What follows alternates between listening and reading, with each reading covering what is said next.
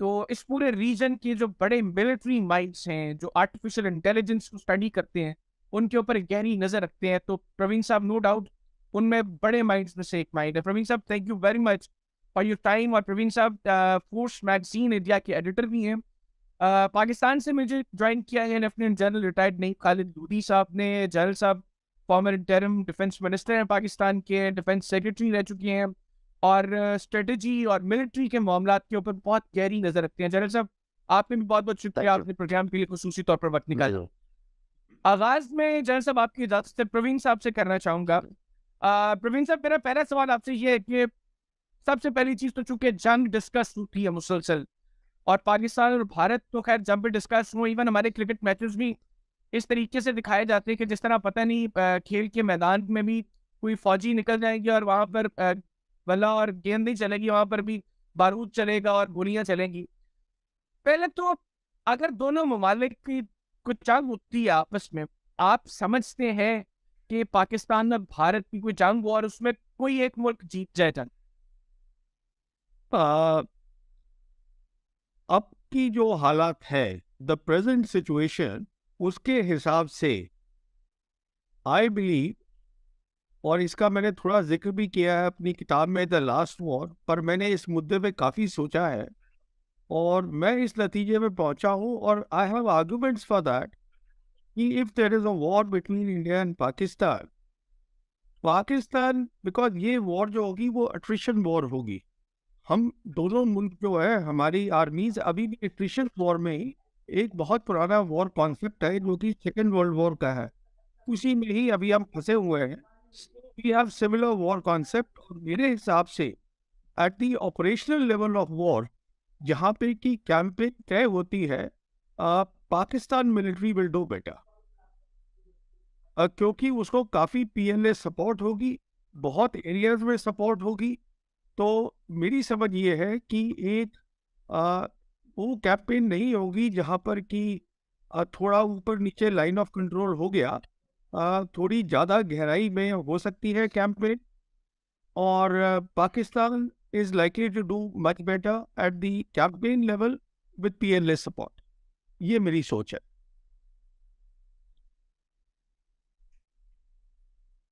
बिल्कुल जनरल साहब same question आपसे। जी जी, बहुत बहुत शुक्रिया। मेरा ख्याल है कि बड़े अच्छे तरीके से कवर किया है स्वामी साहब ने।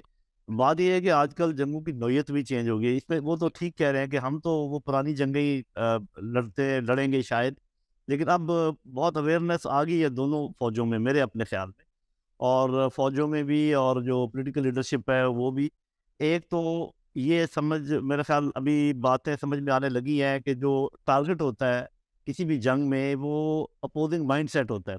अगर आप ज़हनी तौर पे अपने मद्दे मुकाबिल को हरा दें, तो आप ये समझें कि वो चाहे आपके पास नहीं भी आया इलाका, या तो आप वो जंग जीत सकते हैं, क्योंकि असल में तो पॉलिटिकल ऑब्जेक्टिव होते हैं ना। किसी भी जंग का मकसद तो ये होता है कि आपने जो अपने पॉलिटिकल ऑब्जेक्टिव बनाए हुए हैं, जो भी आपके झगड़े हैं, मसाइल हैं, उन पर कॉम्प्रोमाइज़ करवाना, उन पर घुटने टेक दे कोई दूसरी साइड जो है, तो वो मैं तो आजकल के दौर में मेरा ख्याल है कि इस्तेमाल होते हैं हाइब्रिड वॉर के ज़िमन में, इकोनॉमिक वॉरफेयर, साइकोलॉजिकल वॉरफेयर, और फिर स्वामी साहब बहुत बातचीत करते रहते हैं, ये जो आजकल टेक्नोलॉजी की रिलेटेड वॉरफेयर है वो चलती है। तो एक तो ये कि मैं इनकी ये बात मानता हूँ कि कोई ऐसा ऑब्जेक्टिव अचीव नहीं हो पाएगा दोनों साइडों से। फिर आपको ये भी पता है कि न्यूक्लियर पावर्स हैं दोनों, तो वो जो जो इसकी कैनेटिक साइड है उसकी एक हद है जहाँ तक वो जा सकते हैं। जैसे वो कह रहे हैं कि सिर्फ कोई शैलो मनूवर ही हो सकती है, छोटा मोटा कोई आगे पीछे काम हो सकता है। तो ज़्यादातर जो जंग चलेगी मेरे ख्याल में वो हाइब्रिड एरिया में चलेगी, और अगर बहुत आप इसको एस्केलेट कर दें तो वो जिसको कहते हैं employment of non state actors, एक दूसरे के इलाके में किसी को सपोर्ट करना, इंसरेक्शन को सपोर्ट करना, कोई ऐसी तहरीक चल रही हो जो कि अलहदगी पसंदी हो उसको सपोर्ट करना, कोई अगर कोई ऐसा प्रोविंस हो, कोई ऐसे लोग हों जिनके दिल में कोई शिकायत है सेंटर के मुताबिक, उनको सपोर्ट करना। तो इस किस्म की तोड़ फोड़ अंदरूनी जो है उसके इम्कानात ज़्यादा हैं। उन इन लाइनों पे दोनों मुल्क एक दूसरे के साथ नंबर आजमा रहेंगे, अपने जोर बाजू इस्तेमाल करते रहेंगे। लेकिन आपके अगले सवालों में ये बात होनी चाहिए कि क्या जो हमारे मसाइल हैं वो सिर्फ जंग ही से हल हो सकते हैं या और भी कोई तरीक़ेकार है? बहुत शुक्रिया।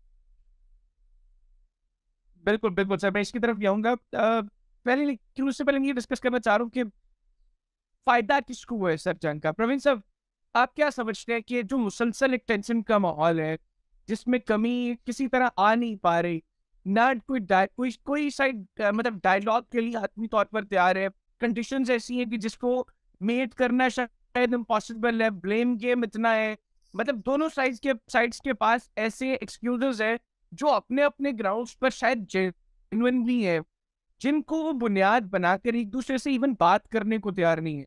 तो इस सारे माहौल में एक तो टेंशन्स कैसे डिक्रीज़ हो सकती हैं? सेकेंडली इस माहौल का फ़ायदा किसको है और नुकसान किसको है? देखिए, ऐसा है कि टेंशन्स तो डिक्रीज नहीं होंगी, पहली बात। एटलीस्ट टिल 2024 जब तक हिंदुस्तान के जनरल इलेक्शन नहीं हो जाते, टेंशन्स रहेंगी। दूसरी बात यह है, जो मैं कहना चाहता हूँ, कि चीन एक बहुत इम्पोर्टेंट रोल प्ले कर रहा है और करता रहेगा साउथ एशिया में। और उसका रीज़न ये है, कारण ये है कि इंडिया और भूटान को छोड़ के बाकी सारे जो मुल्क हैं साउथ एशिया के, वो BRI के साथ है, बेल्ट एंड रोड इनिशिएटिव के साथ। तो चीन की इन्वॉल्वमेंट यहाँ बहुत है। उसकी अगर चीन की इन्वॉल्वमेंट है, तो अगली बात हमें ये समझनी है कि चीन क्या कर रहा है। चीन कोई छोटा मोटा काम नहीं कर रहा है। चीन रशिया के साथ एक पूरा, जिसे जो शी जिनपिंग ने कहा था that we are part of the big changes in this century, इस सेंचुरी में कोई बहुत बड़े चेंजेस हो रहे हैं। और वो बड़े चेंजेस क्या हो रहे हैं? वो ये हो रहे हैं कि एक नया सिक्योरिटी आर्किटेक्चर बन रहा है और साउथ एशिया उसका एक पिवट होगा इंडियन ओशन रीजन में, जैसे कि आसियान दूसरा पिवट होगा वेस्टर्न पैसिफिक में। अब जहाँ तक साउथ एशिया का ताल्लुक है, SCO जो है, शंघाई कोऑपरेशन ऑर्गेनाइजेशन, वो एक सिक्योरिटी स्ट्रक्चर है जो कि कलेक्टिव सिक्योरिटी में बिलीव करता है। अब कलेक्टिव सिक्योरिटी और ब्लॉक सिक्योरिटी एक दो अलग चीज़ें होती है। ब्लॉक सिक्योरिटी वो है जो कि अमेरिकन्स करते हैं और जिसको वो बोलते हैं integrated deterrence, which is all about military power. जो चाइना और जो रशिया कर रहे हैं दोनों मिलके, कहने का मतलब ये है कि चाइना चाहता है कि शांति रहे, चाइना चाहता है इंडिया के साथ अच्छे रिलेशन हो, चाइना चाहता है पाकिस्तान और इंडिया के रिलेशन अच्छे हों।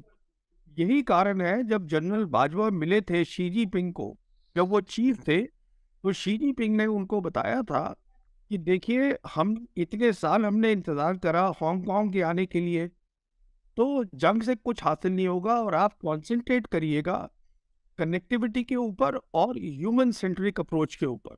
और यही कारण है कि आपकी जो सरकार थी उस समय, जिसमें बाजवा साहब भी थे एक हिस्सा और इमरान खान साहब की सरकार थी, उन्होंने पहला नेशनल सिक्योरिटी पॉलिसी अपनी निकाली थी। उसके बाद फिर जैसे अभी लोगी साहब जिक्र कर रहे थे, तो एक हिंट दे रहे थे, वो अभी आपके मुल्क में पॉलिटिकल इंस्टेबिलिटी आ गई है। पर अब मैं आ गई थी, अब मैं देख रहा हूँ कि फिर से एक कोर्स करेक्शन हुआ है और कोर्स करेक्शन जो है वो जनरल मुनीर साहब कर रहे हैं। अभी वो अपने जो दौरा, उनका चीन का दौरा हुआ था, उसमें वो PLA के जो आर्मी जो चीफ थे उनको मिले, आर्मी चीफ को। एक जो फर्स्ट रैंकिंग वाइस चेयरमैन है CM से मुलाकात हुई है। इसका मतलब एक मिलिट्री सपोर्ट का भी इशू है। जहाँ तक इंडिया का सवाल है, हमें उस बात को ध्यान रखना चाहिए। इसीलिए जब आपने मुझसे पूछा, मैंने आपको जवाब दिया कि eight the operational level things will be favourable for the Pakistan army.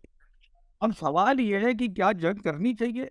उसका जवाब साफ जंग से हासिल हो भी सकता है प्रेजेंट सर्कमस्टेंसेस में, ये मेरी सोच है। पर वो एक अच्छा तरीका नहीं है, क्योंकि बहुत सारी, देखिए, हिंदुस्तान और चीन की जो जंग है, जिसकी कई लोग बात करते रहते हैं, मैं कहता हूँ कि अगर हिंदुस्तान और इंडिया एंड चाइना का जो सवाल है, the route for peace between India and China goes through Pakistan. and the route for war also between India and China goes through Pakistan.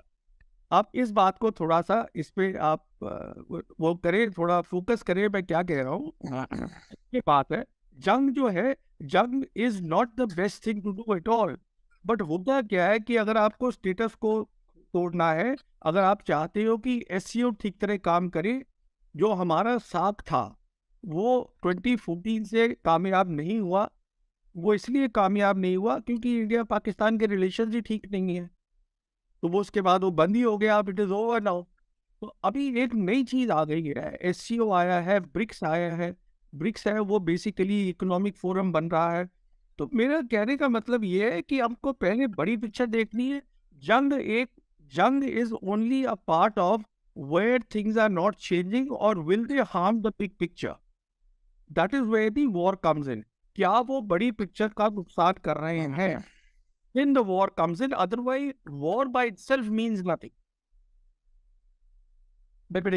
Channel साहब आप क्या समझते हैं? तो जी वो मैंने प्रदीप साहब से भी सवाल जी आपका सवाल बेसिकली ये था ना कि किसको फायदा होगा, किसको नुकसान होगा, क्या उससे और फिर कैसे इसका हल क्या है। देखिए पहली बात तो ये है कि जब ऐसे मुल्क जंग करते हैं तो फायदा होता है उन मुल्कों को जो अपना वेपन बेचते हैं, और नुकसान होता है उन मुल्कों को जो लड़ रहे होते हैं। तो इट इज़ वेरी ऑब्वियस के फ़ायदा होगा, अमेरिका को फ़ायदा होगा, कोई वेस्ट को फ़ायदा होगा, चीन को फ़ायदा होगा, अगर वो कनेक्टेड ना हो स्ट्रेटजिकली जो अब बात ये कर रहे हैं। और फिर ये कि नुकसान हमें होगा, हिंदुस्तान को होगा, पाकिस्तान को होगा। अब इसका तरीक़ाकार आगे बढ़ने का मेरी नज़र में ये है कि देखें, ये कि एक बात तो पक्की है, वो जैसे शायर ने कहा था कि दिलों की उलझनें बढ़ती रहेंगी अगर कुछ मशवरे बाहम ना होंगे। If you do not talk तो how can you say anything to each other. कि अगर मैं चाहे मैंने गुस्से का इजहार करना हो स्वामी साहब से, but I have to talk to him, और मैं उसका इजहार करूँगा, फिर ठीक है आहिस्ता आहिस्ता वो ठंडा होगा जैसे भी होगा। तो जब हम बात नहीं करते और बात करने की शराइत हमने रखी हुई है जो कि हो सकता है दुरुस्त हो, चूँकि आज हमने स्पेसिफिक उसमें नहीं जाना, लेकिन हमें पता है कि भारत और पाकिस्तान के दरमियान जब पाकिस्तान कहता है कि ये काम आप कर ले तो हम बात करते हैं, और वो काम कोई बहुत बड़ा नहीं है जो पाकिस्तान डिमांड करता है, और इंडिया भी डिमांड करता है कि आप ये काम कर ले तो हम बात करते हैं, वो भी कोई बहुत बड़ा काम नहीं है। हम एक दूसरे को एश्योरेंस दे सकते हैं कि ठीक है, जिस इलाके में हम कहते हैं जुल्म से तुम बंद करें, वो बंद कर सकते हैं। जो वो ये कहते हैं कि आप टेररिज्म को रोकें, तो हम उसके उनको गारंटी दे सकते हैं। उसके बाद बात करें, पीपल टू पीपल कॉन्टेक्ट हो, ताकि पोलिटिकल ईज हो ज़रा माहौल में। जब तक टेंशन रहेगी माहौल में, ये कुछ भी नहीं हो सकता। दूसरी बात ये है कि अब हमने देख लिया है कि जैसे कि ग्लोबल लेवल के ऊपर थोड़ा चेंजेस आ रही हैं, तो एक टेंशन ऊपर बड़े लेवल पर है, और बहुत ही मेरा ख्याल है कि अच्छा होगा, हक में होगा हिंदुस्तान और पाकिस्तान के हक में कि वो इन बड़ों की लड़ाई में ना पड़े। मतलब ये है कि अगर अमेरिका, चीन, रूस आपस में किसी भी बात पे लड़ रहे हैं, और हम किसी का ऐसा हरीफ बन जाए, स्ट्रेटेजिक पार्टनर बन जाए कि वो हमें मजबूर करे कि भी चूंकि हमारी लड़ाई है बी के साथ, और आप भी बी के साथ लड़ाई करें या आप हमारा साथ दें, तो वो बड़ा प्रॉब्लम होगा। लेकिन आपने नोट किया होगा, खासकर हिंदुस्तान की लीडरशिप को, ये मैं कहता हूँ हमेशा उन्होंने एक इंडिपेंडेंट वो रखा है, उनको ये एडवांटेज भी जाता है, और मैं करता हूँ, उनको अप्रिशिएट भी करता हूँ कि उन्होंने थ्रू आउट कोल्ड वॉर में भी आपने देखा होगा कि अपने आप को थोड़ा सा अलग रखा है इस मामले से।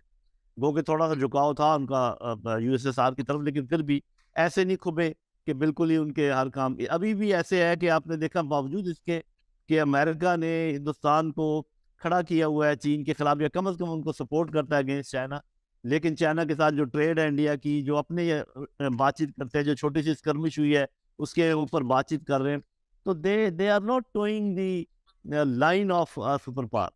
हमें भी किसी हद तक काफ़ी हम कोशिश कर रहे हैं, लेकिन हमारा प्रॉब्लम इस वक्त ये है कि वो दोनों पावर्स हमसे नाराज हैं, क्योंकि हम थोड़ा सा छोटा मुल्क है। वो समझते हैं कि जब हम इनको हुक्म दें तो इनको फौरी तौर पे हमारा हुक्म मानना चाहिए। तो चूंकि इस वक्त हुक्म हम नहीं मान रहे, तो इसलिए हम अंडर प्रेशर भी हैं। और तो ये इस किस्म के पुल सरात के ऊपर चलना, ऐसा बैलेंस क्रिएट करना जिसमें हम अपना इंटरेस्ट देखें, अपने लोगों का इंटरेस्ट देखें, आपस में बातचीत करें, अपना ये शो करें दुनिया को कि इतनी हमारे अंदर अक्ल है कि हम अपने मसले हल कर सकते हैं, क्योंकि ये 1.5 अरब लोगों के मुस्तकबिल का सवाल है जो इस रीजन में रहते हैं। ये कोई छोटा मोटा काम नहीं है, ये दुनिया की आबादी का चौथा हिस्सा है जो यहाँ पर रह रहा है।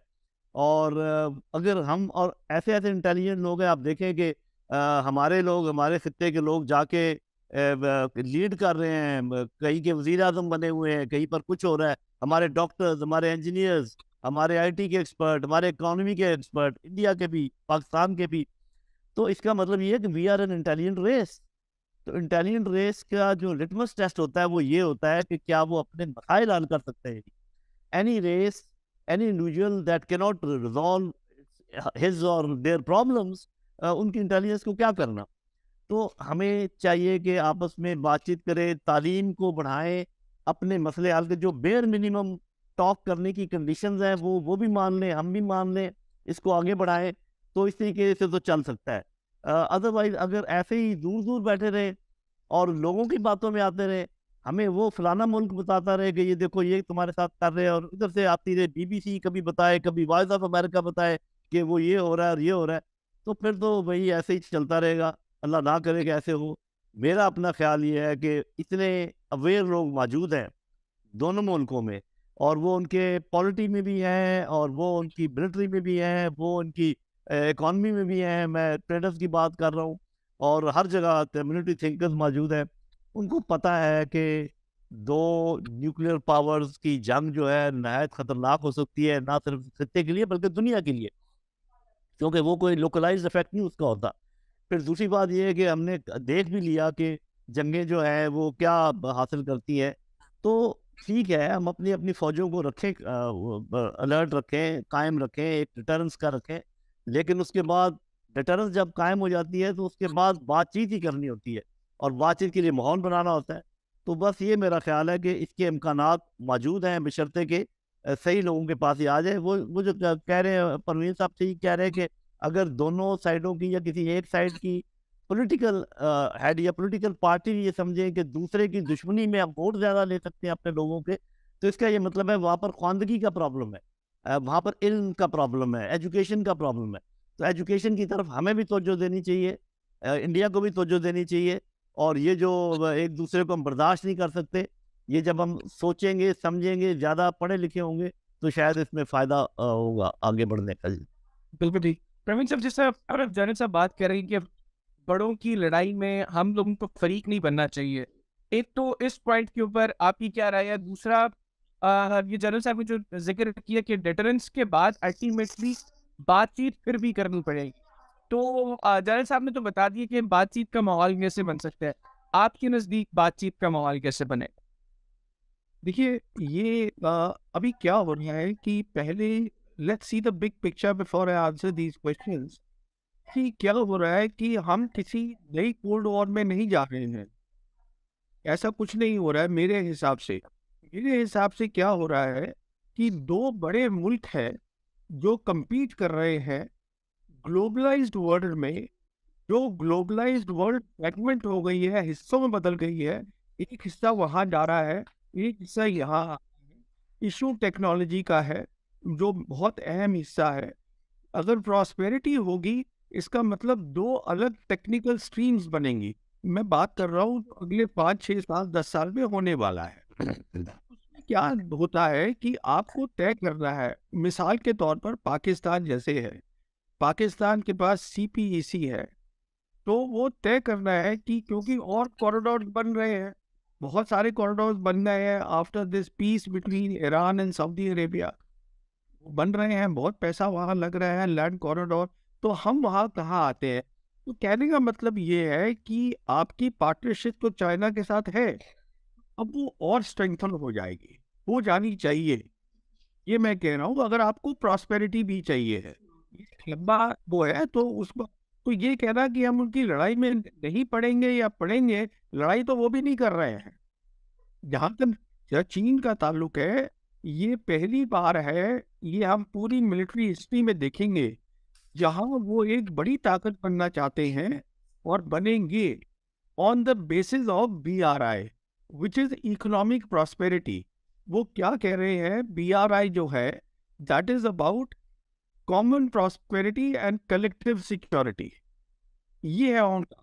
सो it is not about military power जो कि अमेरिकन कह रहे हैं, पर सवाल ये है कि अगर हमको 5G चाहिए तो मतलब हम जो फोर्थ इंडस्ट्रियल रेवोल्यूशन है उसका हिस्सा बनना चाहते हैं, तो डिजिटल चाहिए, तो हमें किसी एक जो ब्लॉक्स है, block is a wrong word, but जो एक बड़ी ताकत है जो कि स्टैंडर्ड सेट कर रही है, वो हमको उनके साथ चलना पड़ेगा। I am just trying to simplify the whole thing.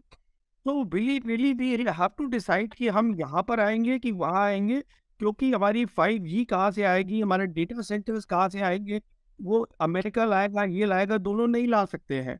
हमारा जो इंडस्ट्रियल इंटरनेट है वो वहाँ से आएगा, यहाँ से आएगा, दोनों नहीं ला सकते हैं। तो ये सब चीज़ें हमको तय करनी पड़ेंगी। जब हम ये चीज़ें तय करते हैं, उसके साथ साथ हर मुल्क की अपनी अपनी प्रॉब्लम्स भी होती हैं। मिसाल के तौर पे जैसे अजरबैजान आर्मीनिया है, अब इनकी दोनों की बहुत पुरानी जो है लड़ाई चलती है, पर अब दोनों ने मेंबरशिप के लिए अप्लाई कर दिया है एससीओ की। तो कोई बड़ी बात नहीं है कि 5 साल के बाद चाइना की हेल्प से वो दोनों की जो प्रॉब्लम्स है वो सॉर्ट आउट हो जाए, जो कि आज तक नहीं सॉर्ट आउट हो पाई।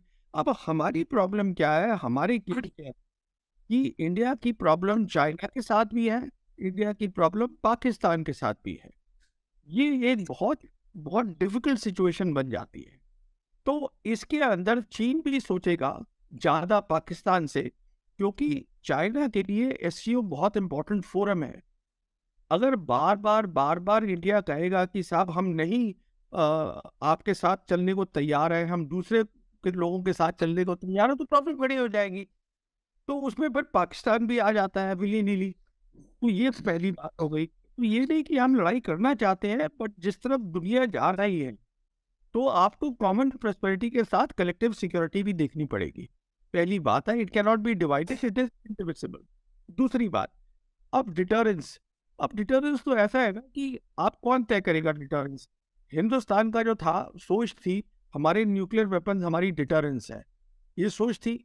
पर हुआ क्या, हुआ ये कि अप्रैल 2020 में चीनी आ गए, ये कोई छुपी बात तो है नहीं, और हमारी आगे जमीन पे बैठ गए।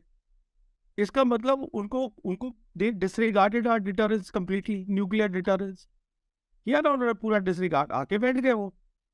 सो डिटरेंस इनफैक्ट मैं ये समझता हूँ शायद हमें ये भी सोचना है, हम क्या न्यूक्लियर वेपन्स को बहुत ज़्यादा अहमियत दे रहे हैं। उसका रीज़न क्या है कि अभी जो डिटरेंस की कॉन्सेप्ट है वो ब्रॉड हो गया है, उसमें साइबर आ गया है, उसमें काउंटर स्पेस कैपेबिलिटीज आ गई है, ये सब डिटरेंस है। और इसके अंदर कोई एट्रीब्यूशन नहीं है, साइबर के अंदर काउंटर स्पेस कैपेबिलिटी में कोई एट्रीब्यूशन नहीं है, and it is doable. Nuclear weapons are not doable. आप यूक्रेन की लड़ाई में देख लीजिए, पुतिन ने बोल दिया कि प्रेसिडेंट पुतिन ने कि हम कर सकते हैं, फिर चाइना सबसे बोला कि नहीं न्यूक्लियर वेपन्स नहीं आने चाहिए। You see, so it is not doable. So the point I am making is, देखिए ये मेरी सोच है, दो मुल्क अगर उनकी कन्वेंशनल कैपेबिलिटीज में भी डिटरेंस है, न्यूक्लियर कैपेबिलिटीज में भी अलग डिटरेंस है, तो वो लड़ाई कर सकते हैं। This is my thinking. अब इसके ऊपर ये एक थीसिस है जिस पे हम और आगे बात कर सकते हैं। तो ये मैं बहुत ज़्यादा अभी प्रेजेंट पोजीशन के अंदर, जहाँ वॉरफेयर पूरी बदल गई है, जहाँ साइबर एक बहुत बड़े उससे आ गया है। इनफैक्ट आज साइबर की अहमियत ये है, जैसे लोधी साहब बोल रहे थे इसके बारे में, हाइब्रिड वॉर के बारे में। Hybrid war is basically your grey zone operation, your actual war, your everything is hybrid war. Economic war, Lawfare, ये सब हाइब्रिड हो गया। तो अगर आप ग्रे जोन ऑपरेशंस देखें तो साइबर की आज इतनी ज़्यादा अहमियत है कि वो पीस में भी काम आएगा, क्राइसिस में भी काम आएगा, बिफोर द वॉर भी काम आएगा, और वॉर में भी काम आएगा। तो कहने का मतलब ये है कि एक ये सब चीज़ें बदल रही हैं, कॉन्सेप्ट्स बदल रहे हैं, प्रॉस्पेरिटी का मतलब बदल रहा है। अब फिजिकल चीज़ें नहीं रह गई, अब हम जा रहे हैं डिजिटल की तरफ। इनफैक्ट पाकिस्तान ने तो साइन भी किया है एक एग्रीमेंट, ये पहली सरकार थी इमरान खान साहब की, कि हम और अपने ज़्यादा ई कॉमर्स करना चाहते हैं ग्वादार से। वो एक एग्रीमेंट हुआ था, और मुझे मालूम नहीं है उसके बाद उसके ऊपर क्या हुआ है। तो मेरा कहने का मतलब ये है कि सब चीज़ें जो पुराने कॉन्सेप्ट्स हैं मेरे हिसाब से, उन सबको अब एक नए तरीके से देखने की ज़रूरत है। फॉर द सिंपल रीजन, दो चीजें हो गई हैं। एक, चाइना का राइज हुआ है बहुत ज्यादा, और चाइना कंपटीशन में है अमेरिका के साथ, और वही जो चाइना है वो आज हमारा नेबर है। तो कंपटीशन ये नहीं है कि कहीं वो 7 समुंदर पार हो रहा है, यूरोप में हो रहा है, यहाँ हो रहा है, वहाँ हो रहा है, नहीं, यहाँ हो रहा है। That is one. और दूसरा ये है कि ये जो इमर्जिंग टेक्नोलॉजी है, ये एक इतने बड़ी तरीके से आ गई है कि वॉरफेयर का मतलब बदल रहा है, सब कुछ बदल रहा है। जैसे अभी लोधी साहब ने ठीक बोला कि कुछ और चीजें भी, even if we have the world war 2 की टैक्टिक्स हमारी है, attrition है, things are coming in, UCAVs आ रहे हैं, ड्रोन्स आ रही हैं, साइबर आ रहा है, थोड़ा थोड़ा करके दोनों मुल्कों में आ रहा है। तो इससे थोड़ा थोड़ा करके चीज बदलाव आता रहेगा। तो मेरे ख्याल में एक तो डिटरेंस का मतलब दोबारा समझने की शायद कोशिश है हम सबको एक साथ बैठ के, जिसमें कि बातचीत की जरूरत है to understand what is deterrence, what is your definition, what is my definition of deterrence. तो शायद वो चीजें मैं समझता हूँ जरूरी है। बिल्कुल ठीक। जनरल साहब, एक तो प्रवीण साहब की बातों पे आप क्या कहेंगे? सेकेंडली, इकोनॉमी का बड़ा जिक्र हुआ और वॉर फाइटिंग कैपेबिलिटीज। पिछले कुछ दिनों से पाकिस्तान में कोई बात हो रही कि हमारे इकोनॉमिक हालात शायद ऐसी हो गई कि हमारी मिलिट्री कैपेबिलिटीज में शायद कमी आ गई है। तो आप इसके ऊपर क्या राय रखते हैं?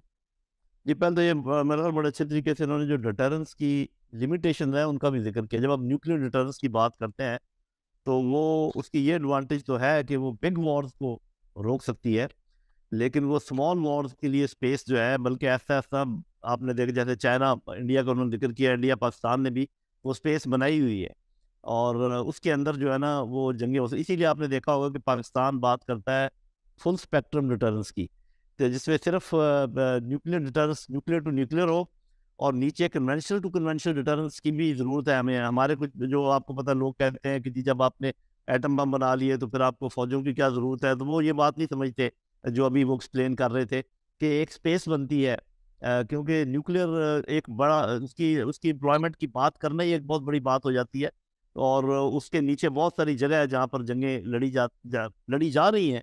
हमने देखा है कि अभी ये रूस और यूक्रेन में सारे इस वेस्ट के जो न्यूक्लियर पावर हैं सारी उसकी मदद कर रही हैं। रशिया न्यूक्लियर पावर है, कितना वहाँ खून बह रहा है, कितनी वहाँ जंग हो रही है, तो किसी ने न्यूक्लियर सेट जरूर दिया है रूस ने, लेकिन कोई इस्तेमाल करने का अभी तक नहीं हुआ, क्योंकि उनको पता है कि इससे जो तबाही बचेगी वो बहुत ज़्यादा है। तो पहली बात तो ये है कि आपके जितने भी वॉरफेयर के स्पेक्ट्रम्स हैं, इसमें कन्वेंशनल है, न्यूक्लियर है, और भी हो सकते हैं, सब कन्वेंशनल है जिनका वो जिक्र किया है थोड़ा सा उन्होंने, हर जगह आपको डिटर करना पड़ेगा, तब जाके ये फुल स्पेक्ट्रम डिटरेंस होगी। और वो मेरा ख्याल है कि बनाई हुई है दोनों मुल्कों ने। जो आपने एक बात की इंपॉर्टेंट के इकॉनमी और डिफेंस साहब है, इसका ताल्लुक तो है। ये तो नहीं कहा जा सकता कि इकॉनमी जितनी मर्जी कमज़ोर हो डिफेंस पे कोई असर नहीं होता, लेकिन जो सुनने वाले हैं वो भी समझ जाएंगे, स्वामी साहब समझ जाएंगे कि देखिए फौजें जो बरसों की उनकी ट्रेनिंग होती है, डिकेड्स के ऊपर ट्रेनिंग होती है, उन्होंने जो रिजर्व रखे होते हैं, रिजर्व उनके होते हैं, पीएल के रिजर्व होते हैं, एमुनिशन के रिजर्व होते हैं, राशन के रिजर्व होते हैं, वो वॉर फाइटिंग स्टेमिना के मुताबिक उन्होंने रखे होते हैं। मिसाल के तौर पे अगर पाकिस्तान का इरादा है कि हम 60 दिन की जंग लड़ेंगे, मिसाल दे रहा हूँ, हिंदुस्तान तो 120 और 180 की भी वो रख सकता है, तो हमने उतने रिजर्व रखे होते हैं, उनको हम टर्न ओवर ज़रूर करते रहते हैं।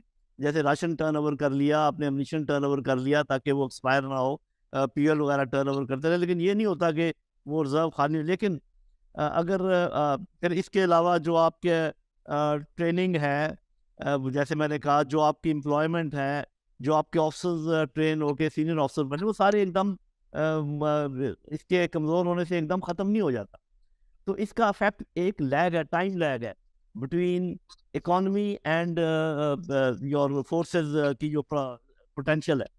If you are strong economy, your forces will become strong in the next 5, 10, 15 years.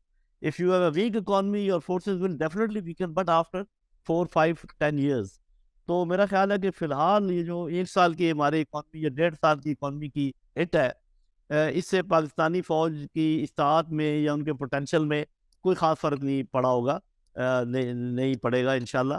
और वैसे भी जो हमने फुल स्पेक्ट्रम की बात की है, वो सारे वो चीज़ें मौजूद है, तो उसका इतना बड़ा मसला नहीं है। लेकिन अगर ये इकॉनमी इसी तरीके से वीक रही, फॉर years टू कम, फिर डेफिनेटली फर्क पड़ेगा, क्योंकि आपकी जो नई एक्विजिशन है, जैसे अभी वो बात कर रहे हैं, यहाँ तो दुनिया इतनी तेज जा रही है कि हफ्तों के हर हफ्ते कोई नई चीज सामने आ जाती है। अभी जो ये वो क्या उसको जीटीवी चैट जीपीटी चैट जो है, वो उसका जो चीजें सामने आई है, जब ये एक्वायर करेगी फौज, इस चीज को समझेगी। अभी तो फौज में ये प्रॉब्लम होता है कि जल्दी समझते नहीं है टेक्नोलॉजी को। उसकी जो वजूहत है वो फिर कभी क्योंकि ये भी टेक्निकल आर्म से, मैं भी टेक्निकल आर्म से हूँ, तो वो हम बात करेंगे तो दूसरे लोग माइंड कर जाएंगे। लेकिन ये है कि फौज जरा डिले करती है टेक्नोलॉजी एक्वायर करने में। तो जब तक ये करेंगे तो फिर पता चलेगा ये तो सारा काम ही बदल गया है, जंगों की नौयत ही बदल गई है। तो एक तो ये है कि सही कह रहे हैं कि ये आपको हर हर लेवल पे डिटर्रेंस की जरूरत पड़ेगी। और दूसरी बात ये है कि वो जो आपने कहा इकॉनमी का इमीडिएट इफेक्ट नहीं हुआ है इंशाल्लाह, लेकिन ये नहीं कहा जा सकता कि कभी इफेक्ट होगा भी नहीं। बिल्कुल ठीक। अच्छा प्रवीण साहब, चूंकि वक्त काफी हो गया तो मैं अब कंक्लूजन की तरफ भी आऊंगा, लेकिन उससे पहले आपने किताब लिखी द लास्ट वॉर, और उसमें आपने इंडिया, पाकिस्तान और चाइना के हवाले से बड़ा ब्रीफली लिखा। और मुझे भी वो किसी हवाले से वो किताब मेरे तक पहुंची। इनफैक्ट आपका भी बड़ा कलीदी किरदार था, आपने वो किताब मेरे तक पहुंचाई, मैंने वो किताब पढ़ी भी। और अब मैं वो किताब जनरल लोधी साहब को भी भेजने वाला हूँ, जनरल साहब भी उसको पढ़ेंगे। उसके अंदर आपने पीएलए और पाकिस्तान के रिलेशन को भी जो है वो बड़ा डिस्कस किया। आप करंट सिनेरियो में, मतलब दोबारा मैं कहूँगा करंट सिनेरियो के अंदर पाकिस्तान और चाइना की जो स्ट्रेटेजिक पार्टनरशिप है, क्योंकि आपने उस किताब में बड़ा तफसीलन बताया, मैं व्यूअर्स के लिए भी पूछना चाह रहा हूँ कि पाकिस्तान और चाइना की स्ट्रेटेजिक पार्टनरशिप को करंट सिनेरियो में इंडिया पाकिस्तान रिलेशंस और फिर इस रीजन के हवाले से भी आप कैसे देख रहे हैं? देखिए, मैं ये समझता हूँ कि आपके जो रिलेशंस है पाकिस्तान के चाइना के साथ, वो अब तक और मजबूत हो जाने चाहिए थे। जब मैं मजबूत कहता हूँ उसका मतलब ये नहीं है कि आप अपनी मिलिट्री और तैयार करें। मैं ये कह रहा हूँ कि सीपीईसी का आप फायदा उठा सकते थे ज़्यादा, वो शायद नहीं उठा पाए हैं मेरे हिसाब से, क्योंकि वहाँ पर आपकी प्रॉस्पेरिटी है। तो चाइना आपके साथ बहुत कुछ कर सकता है, because China also needs you. अब देखिए, वो आपके साथ जैसे कि ये सबसी केबल्स लगाई हैं, उसको एक तो पीस केबल लगाई हुई है जो शायद या गवादार से जाती है, और ये इस तरफ जाती है ईस्टर्न अफ्रीका के कोस्ट पर, और उससे आगे यूरोप जाती है। तो कहने का मतलब ये है कि काफ़ी चीज़ें आई हैं आपके यहाँ। फाइबर ऑप्टिक केबल्स लगे हैं, जल्दी उम्मीद है शायद 5G भी आ जाए आप लोगों के पास, एटलीस्ट मेन सेक्टर्स के अंदर। सो मैं ये कहने का मतलब ये है कि आपको शायद एक डिस्ट्रैक्शन हो गया था बीच में। देखिए, America is an important country, इसमें कोई शक नहीं है। बट सवाल ये है, जैसे मैं कह रहा था, कि अब सारी ग्लोबल जो जियो पॉलिटिक्स है वो हमारे रीजन में आ गई है। And when we use the word geopolitics, हमें वर्ड जियोग्राफी पर ज़्यादा ध्यान देना पड़ेगा, जो पहले देने की इतनी ज़रूरत नहीं थी, क्योंकि तब जो भी जियो पॉलिटिक्स हो रही थी वो यूरोप पे हो रही थी। तो पहली बात तो ये है। तो इसलिए आप अभी भी आप फायदा उठा सकते हैं। I think Pakistan got distracted because I was expecting कि आप 2024 तक काफ़ी कुछ कर लेंगे, which is what I have said. And specially I see कि जो हुआ था ये कश्मीर में इंडिया ने किया है, उससे आपकी और नज़दीकी बढ़ी है, उससे ऐसी नज़दीकी बढ़ी। अब देखिए, मैं आपको एक मिसाल देता हूँ, फौज की सीधी सी मिसाल देता हूँ। जैसे अक्टूबर 21 में एक खबर आई थी कि पाकिस्तानी ऑफिसर्स हैं, वो अब है शिंजांग मिलिट्री डिवीजन में, वहाँ पर भी हैं। फिर ये खबर आई थी कि जॉइंट स्टाफ डिपार्टमेंट में भी हैं, अब वहाँ क्या कर रहे हैं। अच्छा, फिर ये खबर आई थी कि जो आपकी एम्बेसी है चाइना में, वहाँ पर इजाफा हुआ है ऑफिसर्स की स्ट्रेंथ का, क्योंकि वो अब प्रोक्योरमेंट्स देख रहे हैं। कहने का मतलब ये है, आप लोगों की इंटरऑपरेबिलिटी बढ़ी है, बहुत और फायदे हुए हैं, आपके ऑपरेशनल गैप्स मतलब they have been filled up. You can get a lot of operational sustenance from China. On the prosperity side you have the CPEC. अब जैसे ये अभी आफ्टर जनरल मुनीर के जो दौरा हुआ, उसके बाद ये खबर आई कि साहब अब हो सकता है कि आपकी वो रेलवे लाइन बन जाए। That railway line should have been made yesterday. You see that? So what I'm saying is that you have lagged behind, and especially at a time जबकि पूरा मिडिल ईस्ट का नक्शा बदल गया है, नॉट बदल रहा है, तो it is changed completely, everything has changed, have no illusions about it. सब कुछ बदल चुका है वहाँ। सेंट्रल एशियन रिपब्लिक्स का नक्शा बदल चुका है, मिडिल ईस्ट का बदल चुका है, गल्फ कंट्रीज का बदल चुका है। तो आप लोगों को कनेक्टिविटी वहाँ प्रोवाइड करनी थी, वो आप पीछे रह गए। ये प्रॉस्पेरिटी की बात कर रहा हूँ। तो the simple point is I am always convinced that Pakistan can benefit a lot. देखिए कि आपके मुशर्रफ साहब थे जो वहाँ गए थे, 2000 में बात करी चाइना के साथ कि साहब ये ग्वादार पोर्ट है, ये डीप सी पोर्ट बन सकता है। He is the one who started the whole talk. And अब वहाँ पे वो पूरा, देखिए बुरा मत मानिए मैं इस तरह बोल रहा हूँ, because for me it is important that Pakistan prospers. वो इसलिए नहीं कि आप कोई दुश्मनी की बात है, because I see that we are two people, we are same people in two nations and we need to have friendly ties. Pakistan prosper करेगा, रीजन प्रॉस्पर करेगा, हिंदुस्तान प्रॉस्पर करना चाहिए, सबको करना है। इसलिए what I'm saying is China and Russia are today, as far as geography is concerned, they should be our focus. China is right here, and as far as Russia is concerned, Russia has shifted the focus of its foreign policy from west to east. West में वो energy अपनी बेच नहीं पा रहे थे, तो उन्होंने अब एनर्जी ईस्ट में बेचनी शुरू कर दी। अभी रशिया को भी ये पाकिस्तान को भी कुछ दे रहे हैं, इंडिया को आ रही है, चाइना को आ रही है, तो उनको फॉरेन पॉलिसी इस तरफ आ रही है पूरी की पूरी। तो ये चीज़ें हैं जो कि बहुत जल्दी जल्दी चीज़ें हो रही है, और आपको भी देखना है, हमको भी देखना है। कुछ मजहब भी होती है, पॉलिटिक्स भी होती है, जो नहीं हो पाता है काम टाइम पे नहीं हो पाता, but it is there should be people who should be thinking on these lines कि साहब ये हमें काम करने हैं। तो I think this is where we are. बिल्कुल ठीक। जैल साहब आप क्या कमेंट करेंगे? जी, मेरा ख्याल है कि वो सही उन्होंने कवर किया कि बेसिकली प्रॉब्लम हमें रिजॉल्व करना है इंटरनेशनल पॉलिटिक्स को देखते हुए फॉरेन पॉलिसी का। मेन प्रॉब्लम हमारा फॉरेन पॉलिसी का प्रॉब्लम है, और फॉरेन पॉलिसी का प्रॉब्लम इसलिए है कि कुछ हमारे लीडर्स जो हैं वो इंक्लाइंड हैं, या उनकी जड़ें हैं, या उनके कोई प्रॉब्लम है जिसकी वजह से वो अपने आप को खींच नहीं सकते, वेस्ट जो उन जड़ों को निकाल नहीं सकते, चाहे वो जिस शक्ल में भी हैं। अगर हमारे बच्चे हैं, हमारे असासे हैं, हमारी ट्रेड है, बहुत कुछ ऐसा है। लेकिन जितनी बातें इन्होंने बताई हैं सब दीवार पे लिखी हुई हैं, जली कैपिटल लेटर्स में लिखी हुई हैं कि भी फ्यूचर किस तरफ है, मिडिल ईस्ट किधर जा रहा है, अफ्रीका किधर जा रहा है, और कौन से पोल्स बन रहे हैं, और कौन हमें, और हम तो वी एट दी एडवांटेज, बहुत बड़ी एडवांटेज के जो नया पोल बन रहा है हम अरसा दराज से उसके साथ ऑलरेडी कनेक्टेड है, स्ट्रेटेजिकली कनेक्टेड है। तो ये वाकई ये जो डिले है सी पैक में अब मामला चल पड़ा है, वो रेलवे लाइन की बात आई, और मैं एग्री करता हूँ कि जो आर्मी चीफ की लास्ट विजिट है उससे फ़र्क पड़ा है।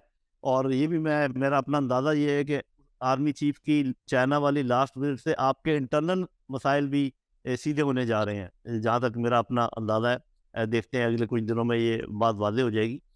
तो वो शेयर्ड प्रॉस्पेरिटी वाली अगर फ़िलासफ़ी हम पिकअप कर लें चाइना की, जो कि कोशिश कर रहा है कि कॉन्फ्लिक्ट अवॉइड हो, और जो कंपटीशन है वो टेक्नोलॉजी की कंपटीशन और इकॉनमी की कंपटीशन हो रहा है। अभी आपको पता है ब्रिक्स में मुल्कों ने, जिसमें इंडिया भी शामिल है, फैसला कर लिया है कि हम अदर देन अमेरिकन करेंसी जो है आपस में ट्रेड करेंगे। Now this is a big big news. Actually America की सारी जो हेजेमनी है that is anchored on this thing के dollar being the international currency. The moment dollar loses its position as international currency, तो उसकी बहुत सारी रेट जो है वो खत्म हो जाएगी। देखिए जितना मर्जी कर्जा हो उनके ऊपर, उन्होंने तो डॉलर छाप के वो कर देना है। हमारे ऊपर जब कर्जा होता है तो हमें डॉलर इधर उधर से लेने पड़ते हैं। तो जब और करेंसीज अंदर आ जाएंगी, युआन आ जाएगा, अगर इंडियन रुपी आ जाती है, अपना का ब्राज़ील की आ जाती, तो फिर ये है कि करेंसी की एक बास्केट बन जाएगी, उसमें हम जैसे मुल्कों के लिए शायद आसानी पैदा हो जाएगी। तो I agree with this thing कि great opportunity is waiting as far as Pakistan is concern. और चाइना पाकिस्तान की मजबूती जो है रिलेशंस की, वो ऑटोमेटिकली इंडिया पाकिस्तान के मसाइल को भी हल करेगी। बिकॉज वो जब थोड़ी सी ये क्लियर हो जाएगी बात कि अभी हम एक दूसरे को ज़्यादा बुली नहीं कर सकते, तो फिर ये है कि मामले सीधे होने का इम्कान है। तो मैं आई होप एंड प्रे कि whatever he is saying is also heard by our leadership, and they realize कि the opportunity which is waiting, why are we wasting that time? जब दुनिया का एक डायरेक्शन बन गई है तो उस डायरेक्शन में हम क्यों नहीं जा रहे? और इसका ये मतलब हरगिज़ नहीं है कि जो अफिलिएशन है या जो हमारी उनके साथ रिलेशनशिप है, deep relationship, that will culminate into some war or something. We can always avoid that. मैंने कहा ना कि हिंदुस्तान भी एक इंटेलिजेंट नेशन है, हम भी इंटेलिजेंट हैं इतने कि किसी की खातिर जंग करना तो बिल्कुल ही बेवकूफ़ी होगी, और हमारे अपने जो मसाइल हैं वो हमें हल करने चाहिए। तो मेरा ख्याल है पाकिस्तान को चाहिए कि CPEC, ग्वादर की डेवलपमेंट, बल्कि मैं तो कहता हूँ जो आपकी बाकी कोस्ट लाइन है, आप बाकी को कहें ना, आप UK को कहें, ऑस्ट्रेलिया को कहें, जापान को कहें। जापान इतनी गाड़ियाँ बनाकर भेजता है मिडल ईस्ट में, उनको बोले कि इधर आके असेंबल करें गाड़ियाँ और आप मिडल ईस्ट में दें, आपके पास बाकी कोस्ट लाइन जो बहुत कुछ है, हमारे पास पोटेंशियल बहुत है। तो with all this I think I agree कि अगर हम दोनों मुल्क कोशिश करें तो ना सिर्फ ये कि हम फ़ायदा भी हासिल कर सकते हैं whatever is happening at the global level, and also we can remain away as far the conflict is physical conflict is concerned. We can keep competing in technology, we can keep competing in economy, and let our people talk to each other. They can go and trade with each other, but whatever conditions we have put, either we review those conditions, या फिर वो एक ही condition तो है हमारी, एक ही condition है भारत की, उसको हम क्यों नहीं रिजॉल्व कर सकते? कोई इतनी बड़ी बात नहीं है। तो मेरा ख्याल है कि there is a silver lining as far as future is concern. Let us hope and pray that more people like him think in India, and more people like me also think in Pakistan, and probably we can move ahead as 1.5 billion people of this region.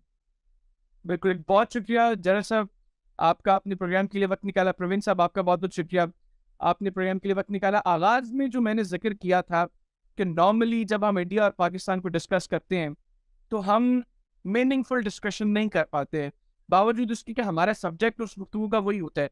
तो आज की इस नशस्त में कम से कम मैं मुतमईन हूँ कि दोनों अशखास जो पाकिस्तानी साइड और इंडियन साइड को देख रहे थे, दोनों ने जो बातें की हैं, अगर हमारी लीडरशिप इस पर गौर करेगी तो मुस्तकबिल करीब में हम कम से कम डायरेक्शन का तयन करने में कामयाब हो जाएंगे, जो अल्टीमेटली इस रीजन की प्रॉस्पेरिटी के अंदर अपना बड़ा किरदार भी अदा करेगा। और इस वक्त जब मैं ये प्रोग्राम रिकॉर्ड कर रहा हूँ तो मैं मलेरकोटला हाउस सियालकोट में मौजूद हूँ, और नवाब सलीमुल्लाह खान शेरवानी, जिनके 4 फादर्स ने रूल किया मलेरकोटला में, उन्होंने भी मुझसे इस ख्वाहिश का इजहार किया कि इंडिया पाकिस्तान के ताल्लुकात इतने बेहतर होने चाहिए कि मैं भारत जाकर अपने 4 फादर्स की जो स्टेट है उसको विजिट कर सकूँ। तो इस ख्वाहिश के साथ कि मुस्तकबिल करीब में दोनों ममालिक की लीडरशिप मैच्योरिटी का इजहार करेगी और अल्टीमेटली ताल्लुकात को बेहतर करेंगी, जो इस रीजन की और इस रीजन में रहने वाले लोगों की ख्वाहिश भी है और उनकी ज़रूरत भी है। मैं हैदर आयात खान आपसे इजाज़त चाहूँगा। अल्लाह हाफ़िज़।